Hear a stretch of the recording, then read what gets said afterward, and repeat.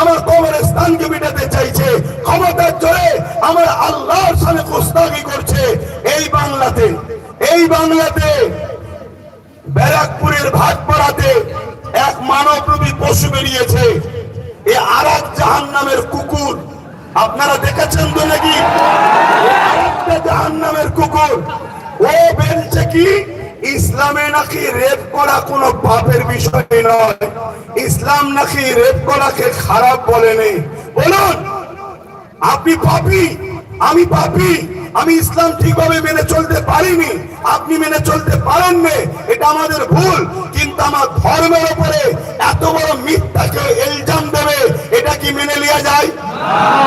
বলুন আপনাদের বিবেকে, যে ইসলাম নারীদেরকে জ্যান্ত পুঁতে দেওয়া হচ্ছিল, ইসলাম নারীদেরকে বাঁচার অধিকার দিয়েছে, ইসলাম নারীদের পায়ের তলায় আল্লাহর জান্নাত দিয়েছে। আল জান্নাত